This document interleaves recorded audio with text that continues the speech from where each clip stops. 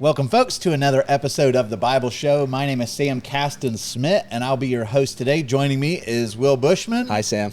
We are continuing our series on the miracles of Jesus, and today we get to one of the more famous ones, which is Jesus walking on water. And so what's the first thing that jumps into your mind? And Peter walking on water. Well, I feel like Peter. the subtitle, Peter gets lost, but that's kind of the purpose. I mean, he kind of walks on water for a little bit anyway. He handles it for a second. Which there's like incredible things to learn from that. So a little bit of the backstory of this miracle. We're going to be in Matthew chapter 14 today. And the background of this, there's a lot of miracles that happen on the Sea of Galilee. Like when you stop and you start walking through it, and sometimes we get them confused with each other. But Jesus is going to call the apostles, Peter, James, John, Andrew. They get called as fishermen on the Sea of Galilee with, the massive catch. We just finished up our episode last week on the calming of the storm, where Jesus is sleeping in the boat and he calms the storm. When he restores Peter later on, there will be another miraculous catch of fish where Peter jumps into the water and swims to him and he's going to be restored. That's at the end of the Gospel of John. And so today I would say this one is probably the most famous of the four. Yeah. And it comes at a point where this is like a really stressful time in the ministry of Jesus. You don't think of Jesus having to endure stress, heartache, sadness, the more human emotions, because so often we tend to say, he's the Son of God, and so he's just going through life going, ha-ha, calm the storm, and it's like he's impervious to emotion, but he's human, and he feels. Yeah, I think we compare it to the crucifixion. Obviously, that's the peak of suffering. Yeah. So then we think, okay, he handled that. All this rest is just throw it under the rug, whatever, sweep it away. But you're right. He does face things, especially in this chapter, that really bring out the human side. Do you know the first thing in the Bible where it talks about somebody having emotional pain? Do you know who it is? It's God and the flood. Yeah, where it says his heart was filled with pain is one translation, which I like that translation. He's looking at just the suffering of humanity and the mistakes of humanity, and it talks about his heart being filled with pain. I think it's in Genesis 5 or 6. But that's a fascinating thing. We don't think of God being, because emotions sound volatile, and they can be when they're human, but God allows himself to feel emotional pain. He's totally sovereign. He is absolutely immutable, unchangeable. And so it's the fixed attributes of God that are provoked to feel emotional pain. But there is a very real sense in which he loves, in which he can have his heart broken, in which he can feel those things. And it's kind of mind-boggling to imagine the transcendent God being willing to be vulnerable in some sense, imperviously vulnerable and yet vulnerable. He's not going to be defeated, and yet he suffers real pain.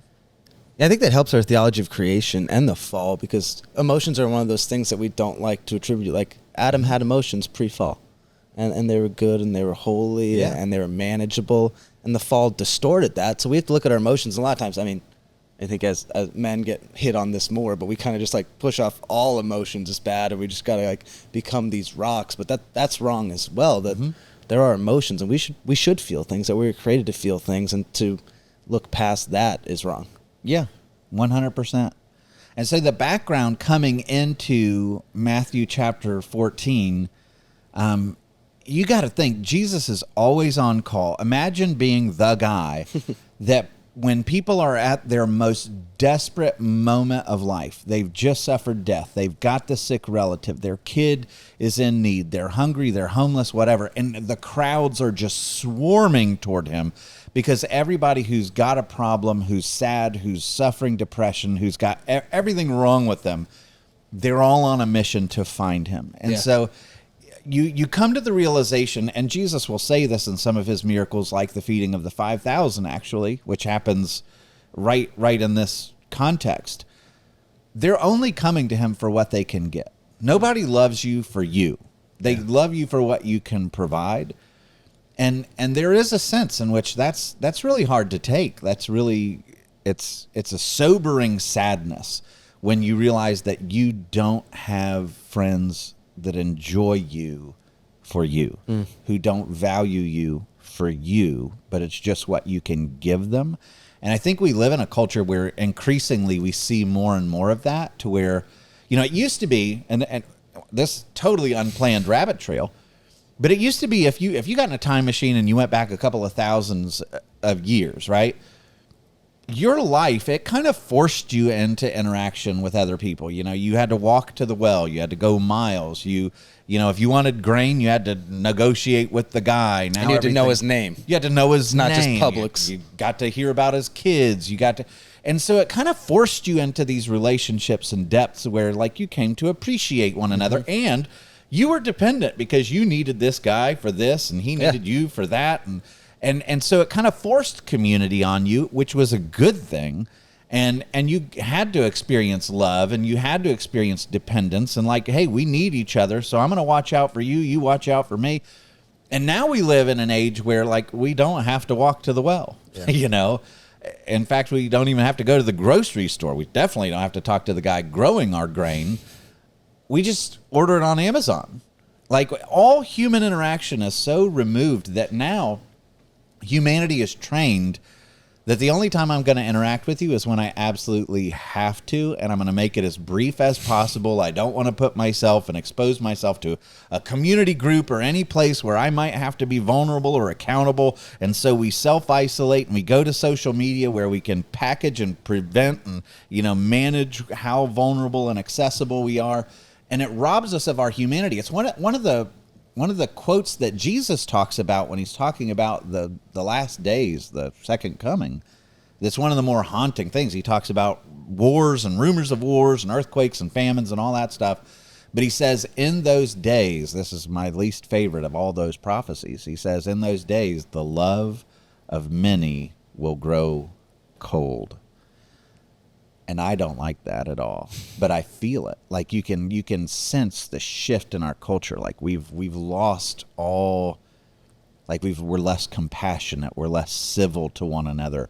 We don't allow ourselves to be vulnerable, and we definitely don't want to sacrifice for somebody else. Like, I got enough problems on my own. I don't want your problems coming at me. And you sense that. So Jesus, even back then, he was popular. Everybody wanted a piece of him, but they only wanted a piece of him for what they could get from him. And that's a lonely place to be, surprisingly. You can have thousands of people coming to you and still be alone. Like, do you imagine that being Jesus's reality? Yeah. Well, because who can understand him, A? Yeah.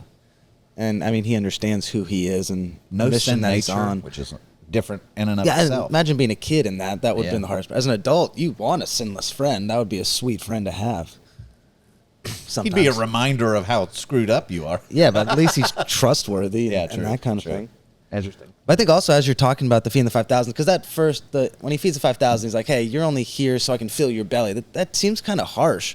But then we realize, like, we're talking about what Jesus is going through personally in that moment with the death of John the Baptist, with all of this stuff happening. You're like, okay, he's not just a man to achieve something, but he is fully man and fully God.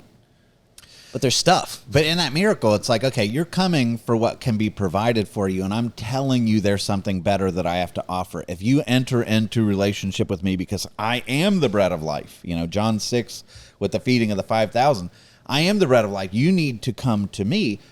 Like, we still struggle with that in the church today, where it's like, people want to come to Jesus because he's, insurance to get out of hell. He's fire insurance. I've got some tragedy or crisis in my life. I need him to do something. Yeah. And it's like, the job of the church is to be like, okay, those are valid concerns, and those are things that are totally understandable. But the even greater offer is the relationship with him. And how often in ministry do you present that to somebody and they're like, yeah, okay, whatever, but I really have this problem and I need help here. And so, like, I'll come to God if he can help me with this problem, but, like, I don't need the whole, the prayer and the devotion and the surrender and all that stuff. Like, that's a little much. Can he help me with this? Mm-hmm. And that's still the truth today. And so Jesus is walking through that. He's going to have that conversation with the crowds, being like, you're only coming to me for what you can get. So there's clearly, he's noticing that there's not this deep respect or real relationship or real seeking of him. And then he learns that the guy who's probably his greatest champion, John the Baptist, who is famous, and he's another guy that everybody goes to, who is, been saying, hey, I've got to decrease, he's got to increase. He's the Lamb of God who takes away the sins of the world. He's the one who's prepared the way for Jesus. He's the forerunner. He's done all of these things, and he's a relative. Like, he's just found out that John the Baptist has died. So you get into this, it's like this perfect storm of emotion that's going on with Jesus as we pick up in this passage today. And in Matthew 14, verse 22, it says, immediately he made the disciples get into the boat and go before him to the other side, while he stayed behind and dismissed the crowds. And after he had dismissed the crowds, he went up on the mountain by himself to pray. Isn't that interesting? Like, it's always struck me as fascinating that when Jesus is walking through these, he's God, obviously, in the flesh. And when he's walking through these intense trials, this intense loneliness, Jesus, God in the flesh, needs time to pray, to get recentered. He sends everybody away. Like, in other words, I can't just keep doing this. I need a moment by myself on a mountain where it's just the Lord and I to pray. Yeah, it's a soul care moment. Yeah. But if God in the flesh cannot, and he's like, I need time alone. I can't just continually go, care, pour out. I need everyone to go away. Disciples, love you. Get in a boat, go away. Crowds, love you. You guys definitely go away.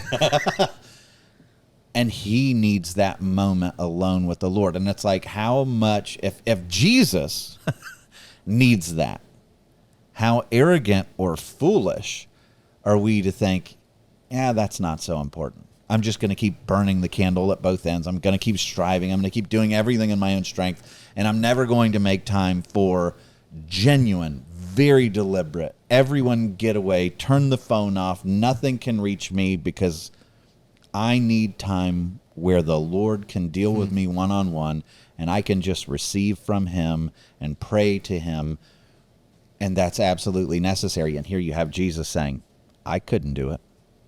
I absolutely need that. And he did it right before this as well. That's right. Like, he learns John the Baptist died.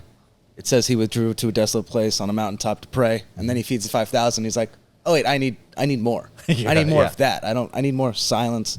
I think that is interesting to think about. Okay, what does a desolate place look like today for us? Because like Jesus went to a real desolate place. Like, like he was in the wilderness. Nothing to grow. Whereas us, we have to fabricate our desolate places. Like you said, it's like, okay, a desolate place for me is my phone's not near me. Yeah. It's in a different room.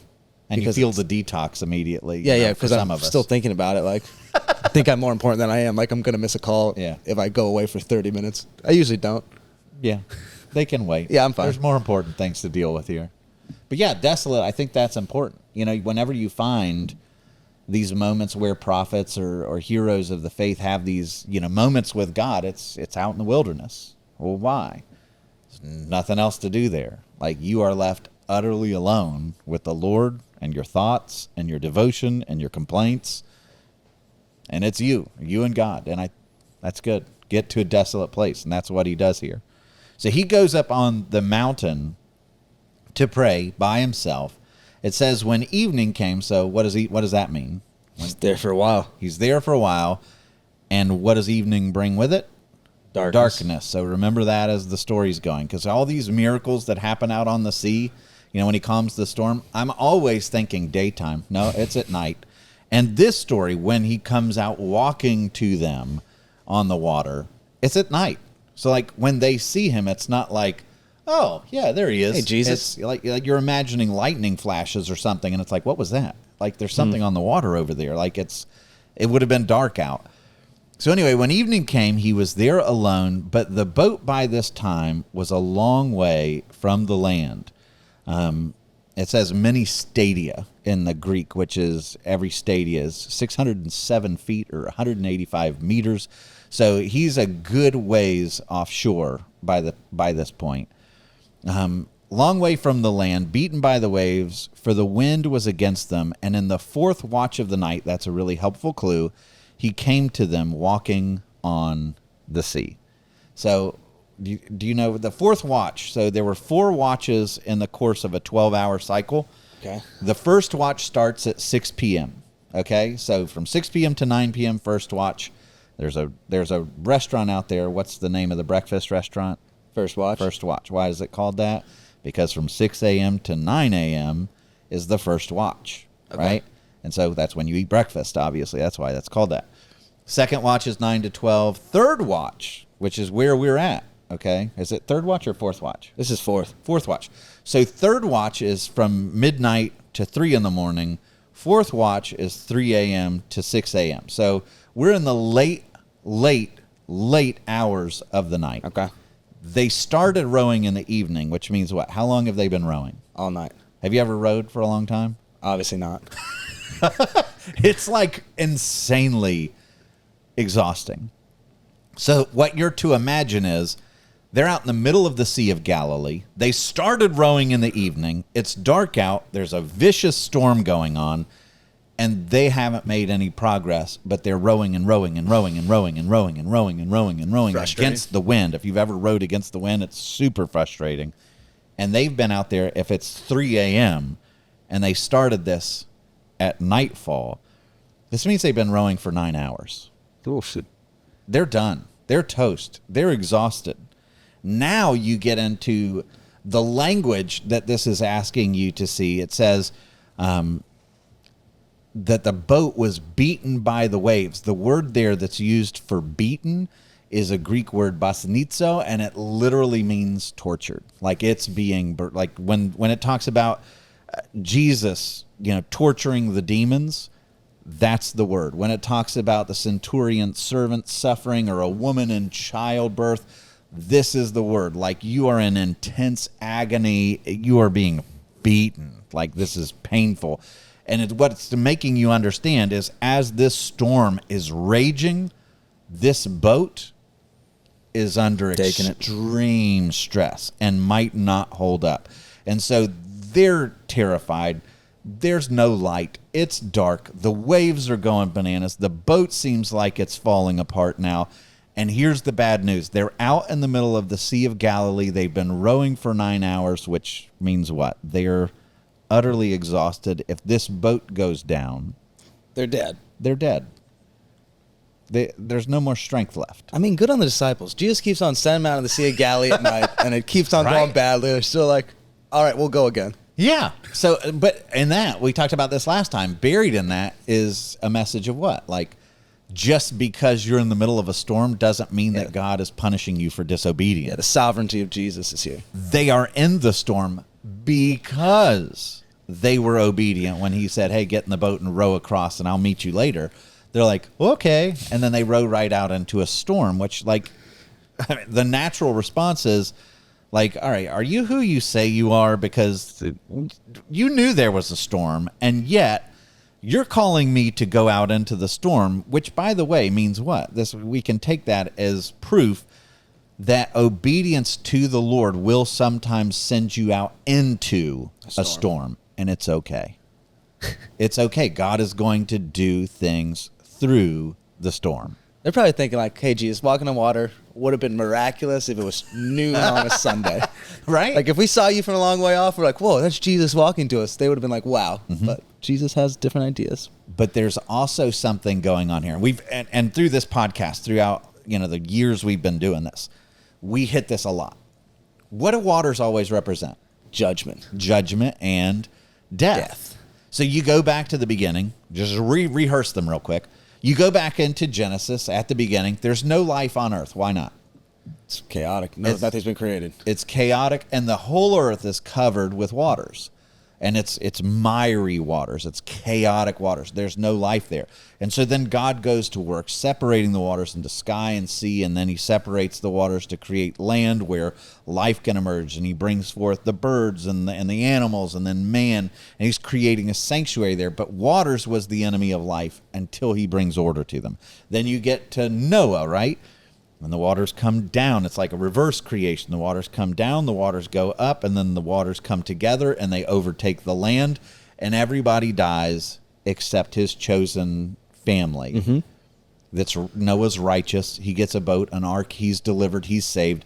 But the waters bring death and judgment to the world. Then you get to the Red Sea. God delivers his people through the waters, right? That's compared to a baptism later in the New Testament. But then he uses the waters to wipe out Pharaoh's army. Or you get to Jonah, and he's thrown into the waters, and he's like, oh, it's the grave down here when he's praying from the belly of the sea creature. Or the Psalms talk about this, how I'm neck deep. We still talk about this. I'm in deep. Well, what's that mean? Like, not good, right? I'm in over my head. It's not good. Isaiah talks about how the Lord will deliver you through the waters. So there's baptism itself is a picture of death going down into the waters and resurrection coming up out of the waters. So that's what you're to understand.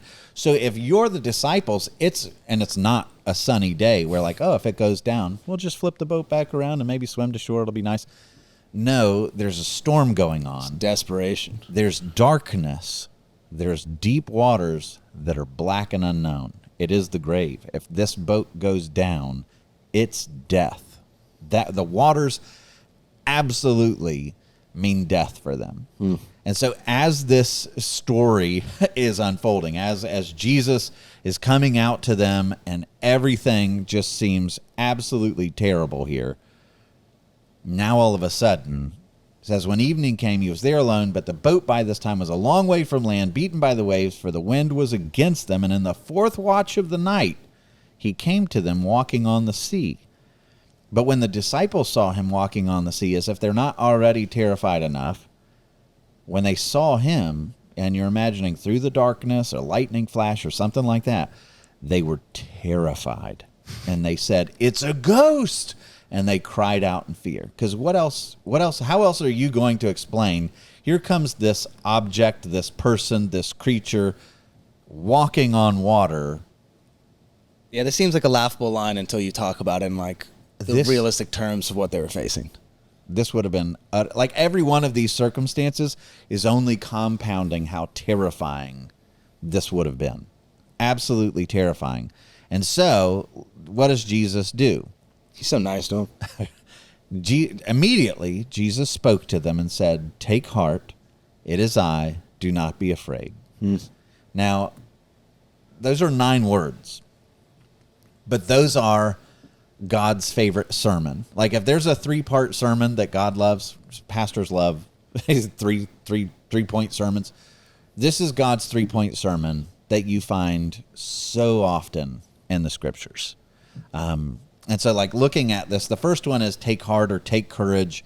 Then he says, it is I. Then he says, do not be afraid. So if we're looking at the take courage, this is always when God is about to call somebody to do a great thing, this is what he says. So when he calls Moses, what does he say? Be courageous. Don't be afraid. I'm going to go with you. When he calls Joshua to go in the promised land, you find all those things, right? Be strong and courageous. Take heart. Do not be terrified, for I will go with you. In the New Testament, when you get to Hebrews 13:6, like just listen to how this. So we say with confidence. What is confidence? It's a cousin to courage. Like take heart, be courageous. The Lord is my helper.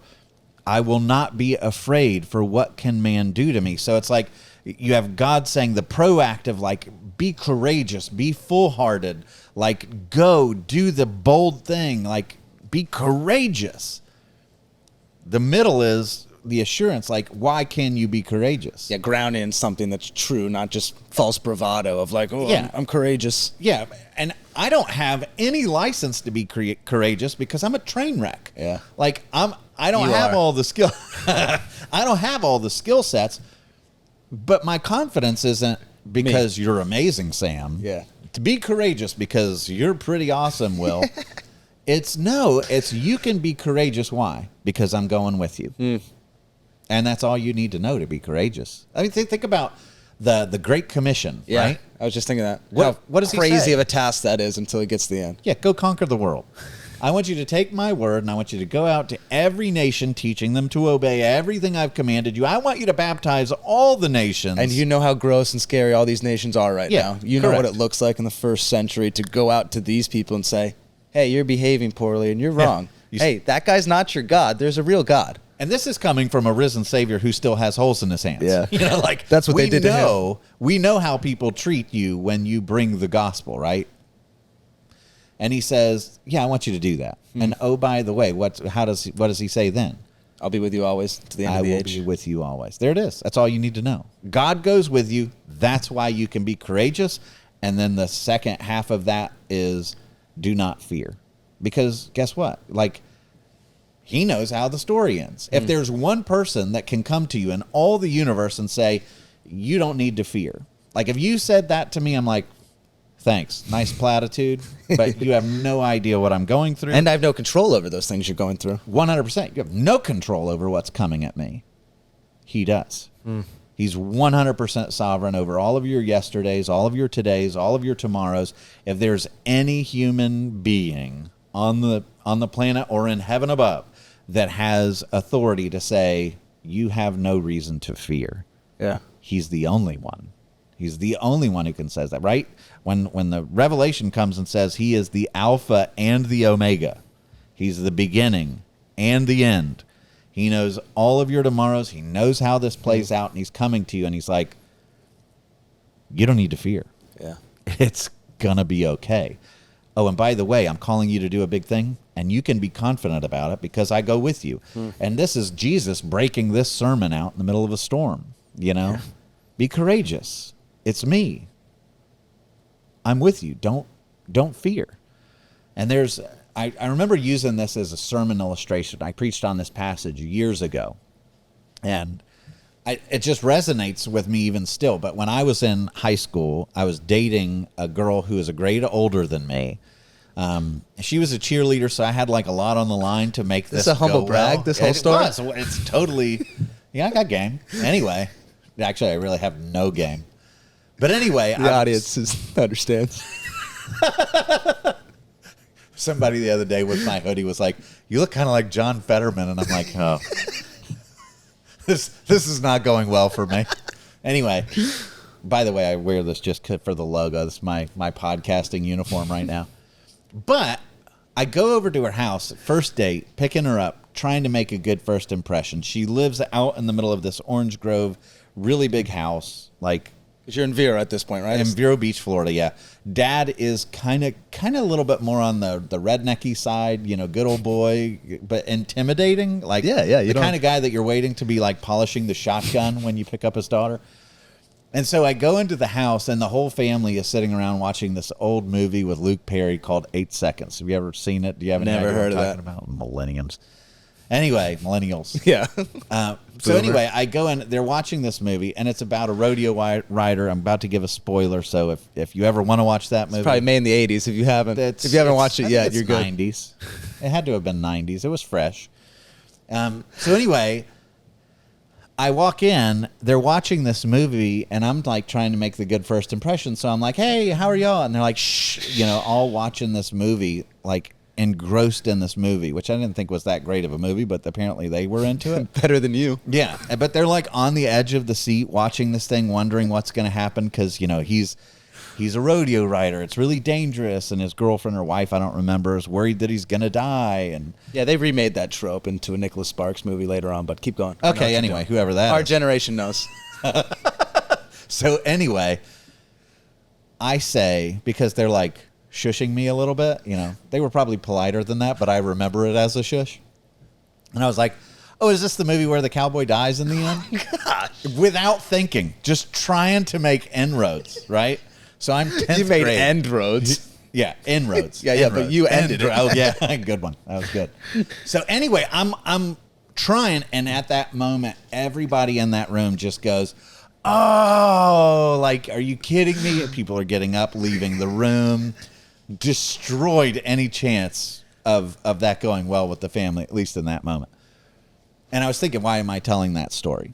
Because I don't know. The change in posture of where they were white knuckling it on the couch, wondering what's going to happen to this guy in the movie.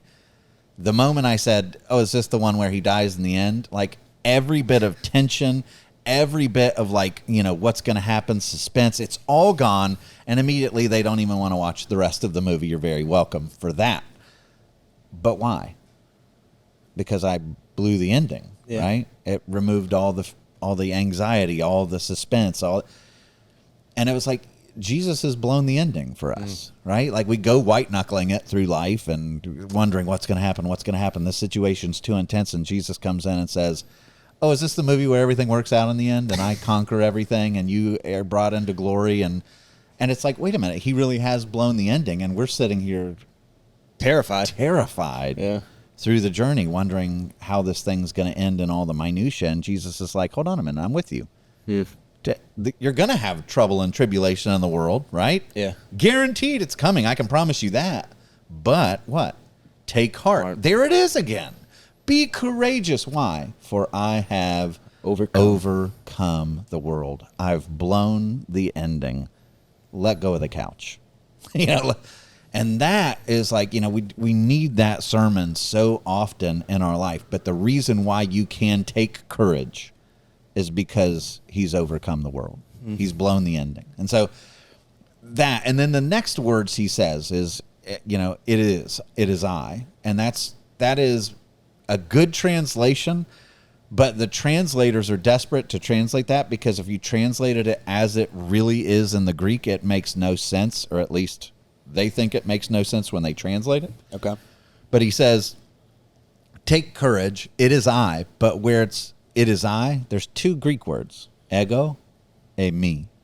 And ego means I, eimi is a verb, and it means am. So now take a step back for a moment.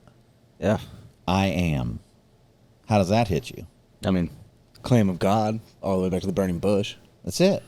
That is literally the Greek translation of the Hebrew for I am, which is the name of God revealed to Moses at the burning bush. So now imagine, here you have a man who's already done things. You're already, the last storm that happened, you're like, what kind of man is this that even the wind and the waves obey him? And the answer is, he's not an ordinary man at all. This is God in the flesh. You know this is God. You've seen him do the miracles. You're still struggling to wrap your mind around what that entails and what that looks like. And now Jesus comes and he's walking on the water, which, by the way, is a physical impossibility. It requires a suspension of the laws of nature, which only God could command.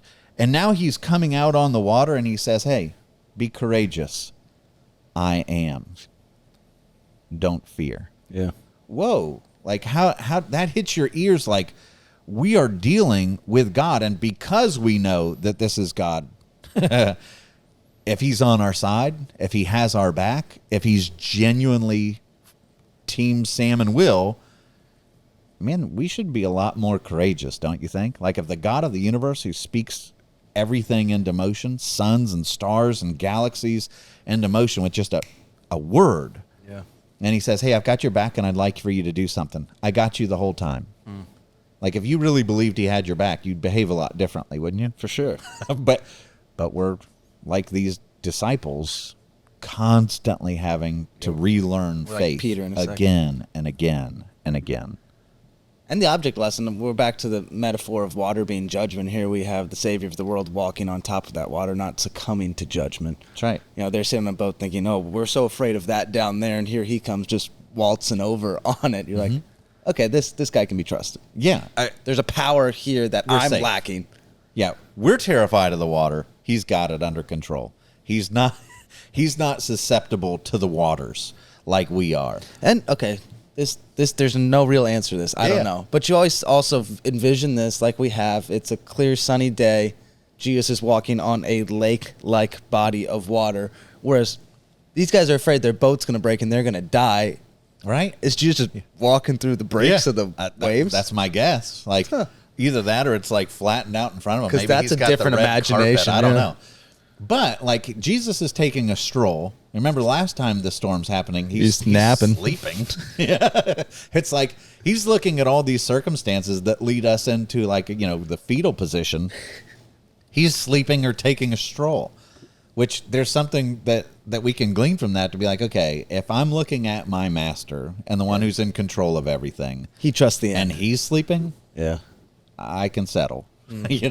Like, and I'm not saying, hey, go out into a storm, because Jesus is teaching them something very deliberate. But what I am saying is you can trust him with the outcome.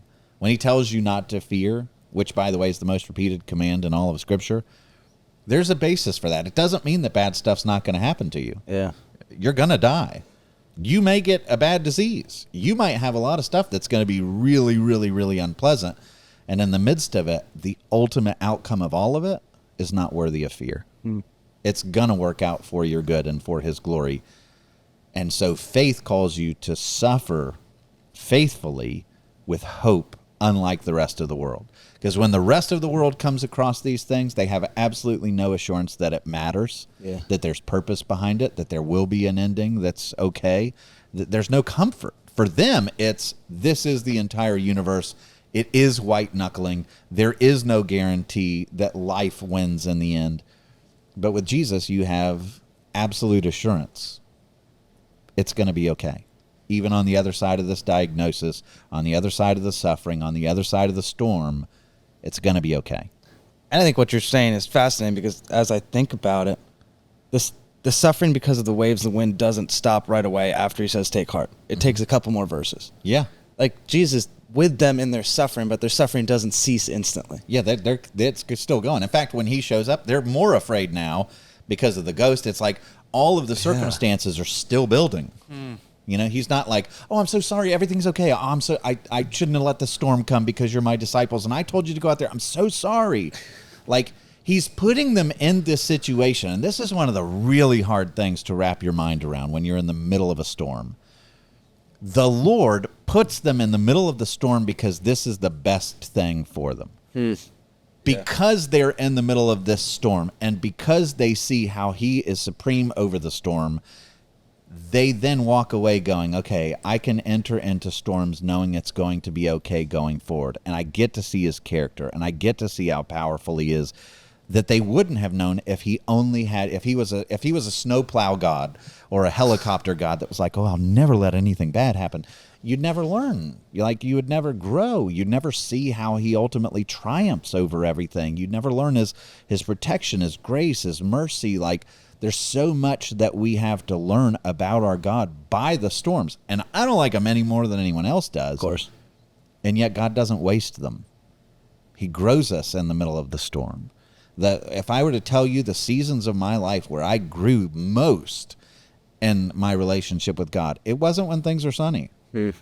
It's always the storm, because that's where you're like, I now realize that I have no control over anything. And my only alternative that's left to me is to grab hold of you.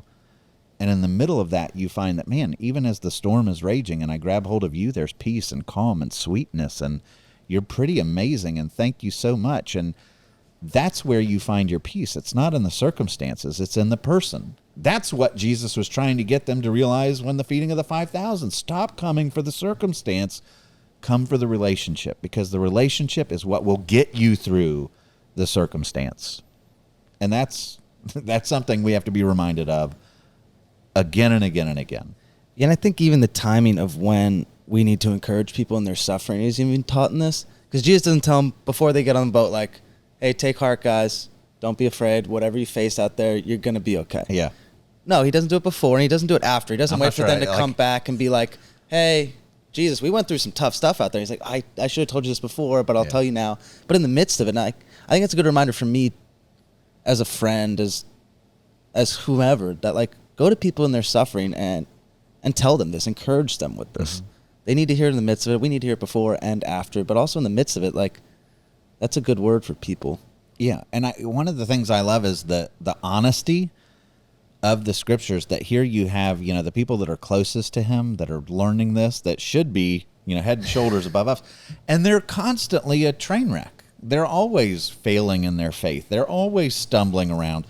And we can get to the point where, like, in the middle of the storm where we're mad at God and we don't want to pray and we shut down and our faith is rocked and everything else, you're not alone.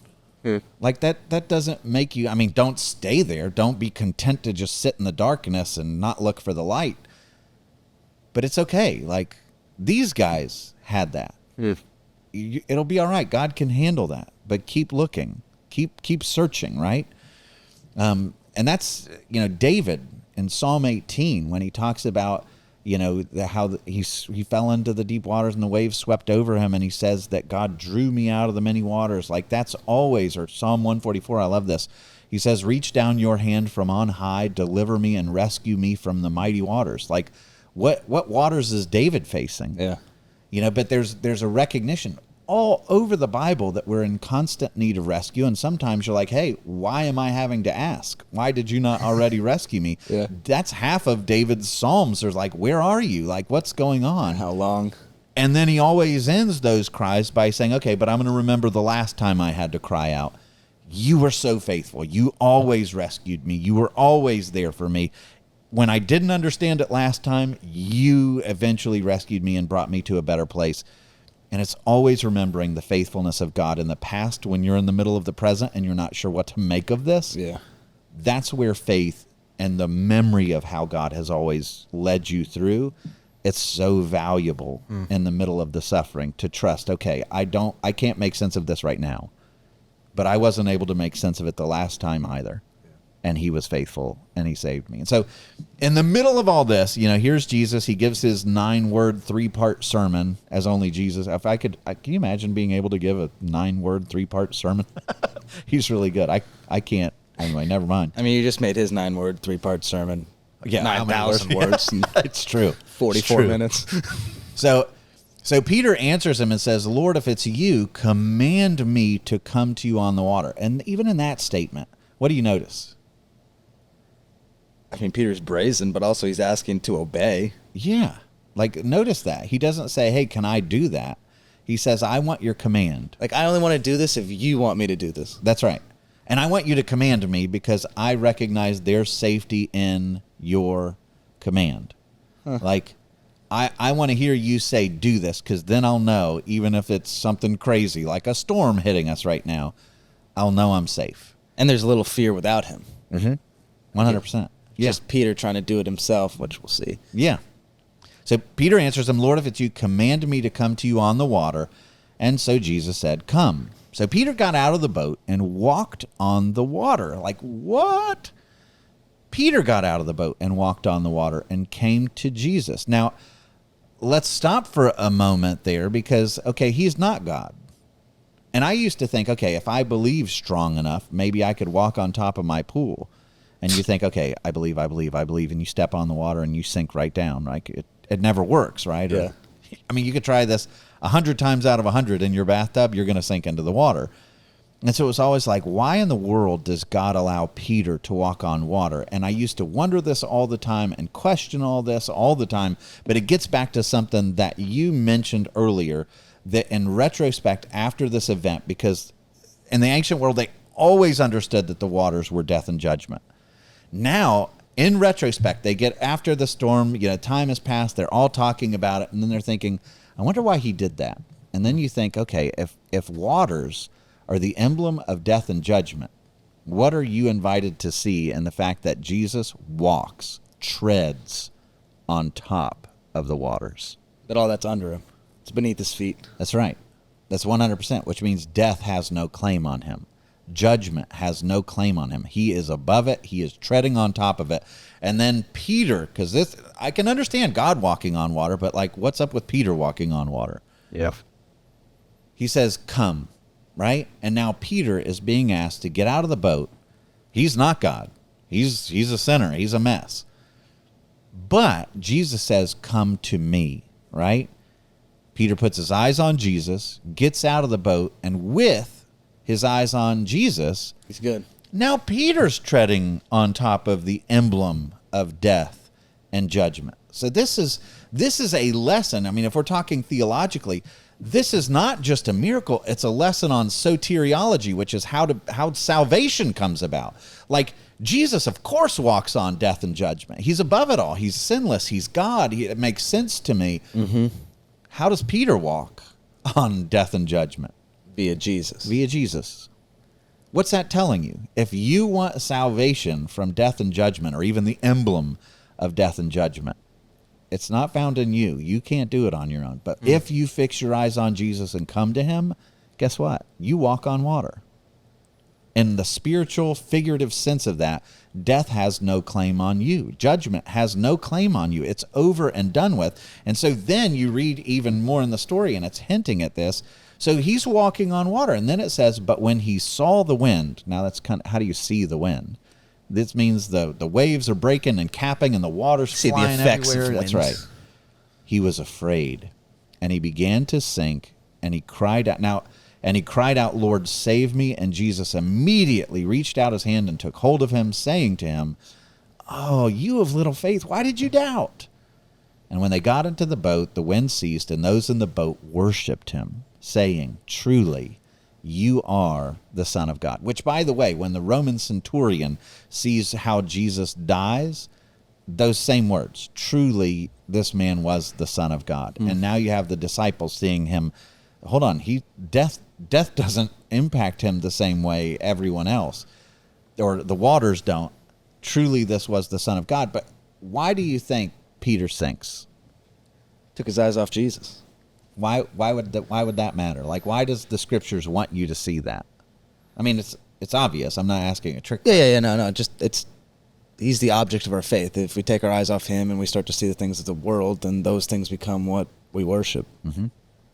And it's by fear that he begins to sink, which means the moment that he starts thinking, I don't have enough, I have to do this on my own, the wind is too much for me, that's when he starts to sink. That's when he begins to suffer the effects of the circumstances, is when he takes his eyes off of Jesus as being the goal of where he's going.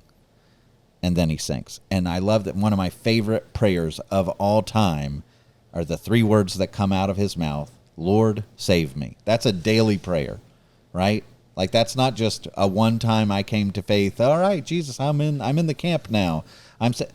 Every day, Lord, save me. Like, my eyes are off you. I'm sinking again. I feel the effects of all the mess.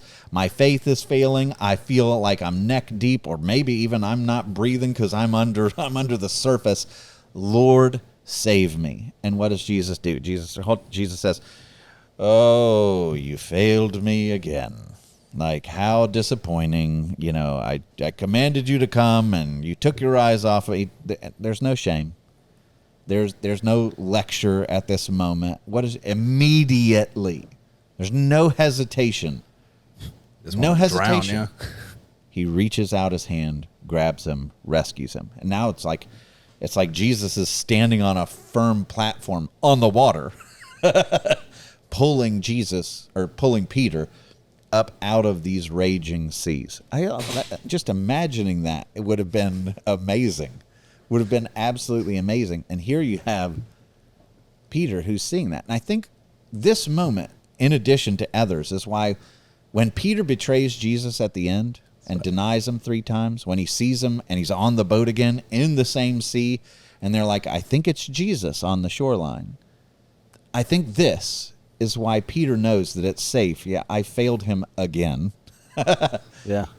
But it just takes the Lord save me. And he'll grab me up again. He'll never turn away from me. He'll rescue me when my faith is failing. And that's such a comfort to know that that's his heart. Yeah. Even when you're failing, even when you can't see anything but the circumstances, and your faith begins to shake. Lord, save me. Save me. Immediately he reaches out his hand. And he walks him back to the boat. Right? Isn't that Makes you wild? wonder. Like, does he walk him? Does he carry him? We don't know. But what a cool thought. Yeah, I love in the story that I think Mason says this. Maybe Mason's just the last one I heard preach this. But it's not a quantitative thing of faith here. Mm-hmm. It's not saying like, hey, Peter didn't have faith enough in Jesus. Yeah. He wasn't looking at Jesus enough. It was saying, no, he took his eyes completely off it. He changed the object of his faith to the wind and not Jesus. Mm-hmm. And that's reassuring. That's not just like, oh, I'm going to fall into this water of judgment because it's 99%. Yeah. My faith strength indicator Yeah. index is only 10 and it should be 35. That as I waver, just like any Yeah. sinful human does, I'm not forgotten. It's You are saved not by the strength of your faith, you are saved by the object of your faith. That's why Jesus, multiple times, says faith the size of a mustard seed, mustard seed. which is small. That's small. Can say to this mountain, pick yourself up and throw yourself into the sea, which is also another metaphor of salvation. So what is that? You could have this much faith. Jesus can work with that. This much faith to be sinking in the circumstances and cry out, Lord, save me, and he'll save you. Yes. But you gotta trust in him. That is the key. And so when they get back in the boat, they begin to worship him, and they're worshiping him in a new way that never would have taken place had they not gone through the storm. Yeah. Their relationship with Jesus is strengthened because of the storm. And on the end of this, on the other side of this storm, I guarantee you that every single one of the apostles that was in that boat thanks God for the storm, because it taught them a new side of Jesus they hadn't known before. And on the flip side, it's like bragging rights. Yeah. I went through that storm and he was faithful to me. And so when we go through storms, it's hard to have that perspective in the middle of the storm, but it's helpful to have the faith to know there's going to be a day where we get to brag about this, that Jesus rescued us even from this, and now it makes sense. And he's with us, and he reaches down his hand from on high to rescue us when we cry out, Lord, save me. So if you're in that situation right now where the storm is raging and you're going underneath and your faith is suffering and failing, take that 3-word prayer. Lord, save me. It's a good one. Put your eyes back on him. Yeah. Forget about the circumstances for a moment. And remember his 9-word sermon, right? Take courage. It is I. Do not be afraid. Yeah. It's a pretty good reminder to break that apart and think about all that means for your daily walk. Okay. The God of the universe has my back. I can be courageous. The great I am goes with me. I have no need to fear. I know how this movie ends. Yeah, you find what you're looking for, so start looking for this more. That's right. Find a way in your life to get this in front of you daily. I need it right now. Yeah, yeah. I need it like every day. Put it in your car. Put it wherever you find yourself. Yeah. It's amazing what it could do, just a perspective shift of seeing this and just being like, oh, I need to take heart. That's it. And when you read the New Testament, the things that are comforting to me is when you come to a Paul and he's like, a couple of truths. Like, ready? Here's one. When you're so in the circumstances and overwhelmed by grief that you don't even know how to pray, you know what Romans 8 says? That the Spirit is interceding for you with groanings too powerful for words. That means he cares more about your circumstances than you do. His prayers are more powerful. about me than I do, which is 100%. a wild thought because I'm so self-obsessed. 100%. And then the other side of this, also, same chapter, Romans 8 is a great one. Memorize it. Right? It's an incredible chapter. One of the best in all of the Bible. But where Paul says, all these present sufferings that you're walking through, and it's not meant to be flippant, it's meant to be hopeful. All these present sufferings, which could be intense and powerful and deep and just intense, all these present sufferings are not worthy to be compared to the glory that will be revealed in him on that day. Yeah. Like eternal weight of glory, yeah. That's right. These momentary sufferings. He calls what? Light and momentary afflictions. You're like, no, they're not. But compared to what's in store, light and momentary. And so you can have hope. You know how this story ends. And when you know what's coming, it really stinks. Like in childbirth. This is the image that Jesus in the New Testament gives. In childbirth, the pain is unbelievable. It's intense. The contractions and everything else, like crazy pain. But the moment the baby's put in the arms, you forget all of it. Right? Which is astounding. Well, take that, multiply it by an infinite, eternal inheritance that you receive in him. the labor pains will be forgotten. They're intense now. They're real. They're not fake. But you're going to have new life in your arms soon enough. So hold on. Yeah. Take heart. Good word. It's him. He goes with you. Don't be afraid. Amen? Amen. All right. Well, thank you so much for joining us on this episode of the Bible Show. Join us next time as we go into another miracle in the life of Jesus. God bless.